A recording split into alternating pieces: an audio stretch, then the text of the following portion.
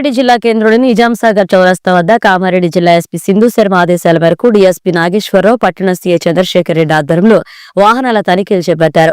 ఈ సందర్భంగా డీఎస్పీ నాగేశ్వరరావు మాట్లాడుతూ, కామారెడ్డి ఎస్పీ సింధు శర్మ ఆదేశాల మేరకు కామారెడ్డి పట్టణ ప్రజలు, కామారెడ్డికి వివిధ గ్రామాల నుండి వచ్చే ప్రజలు మీ యొక్క వాహనాలకు తప్పకుండా నెంబర్ ప్లేట్ వేసుకోవాలని, నెంబర్ ప్లేట్ లేని వాహనాలకు జరిమానాలను విధించడం జరిగిందని, పెండింగ్ లో ఉన్న చలానాలను వాహనదారుల వద్ద నుండి కట్టించడం జరిగిందన్నారు.